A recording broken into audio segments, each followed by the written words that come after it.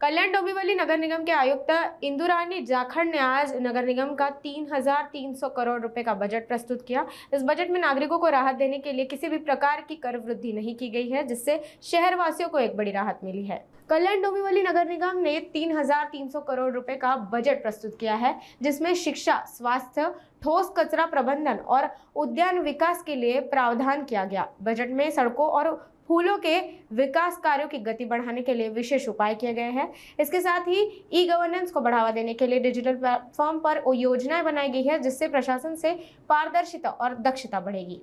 आपण 3361 कोटीचा बजेट कल्याण डोंबिवली महानगरपालिकेचा आज सगळ्यांच्या समोर ठेवलेला आहे। यामध्ये प्रामुख्याने आपण शिक्षण व्यवस्था, आरोग्य व्यवस्था, लोकांसाठी घनकचरा व्यवस्थापनाची चांगली सुविधा आणि उद्यान व इतर नागरिक सोयी सुविधा जी आहे त्यासाठी प्रयत्न केलेला आहे।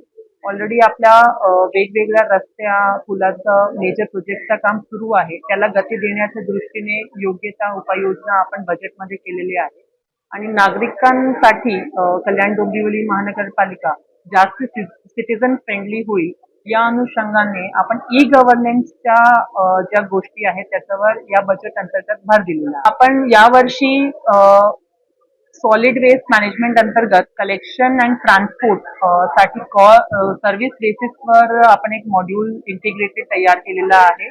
त्यामध्ये अत्याधुनिक व्हेकल्स, स्ट्रीट स्वीपिंग साठी पॉवर स्वीपर्स, बुक लोडर्स आणि मॅनपॉवर तसेच डिजिटल पद्धतीने तक्रारीचं निवारण असा एक integrated solid waste management plan तयार केलेला आहे आणि ते आपला एप्रिल अंती आपल्याकडे सुरू होणार आहे।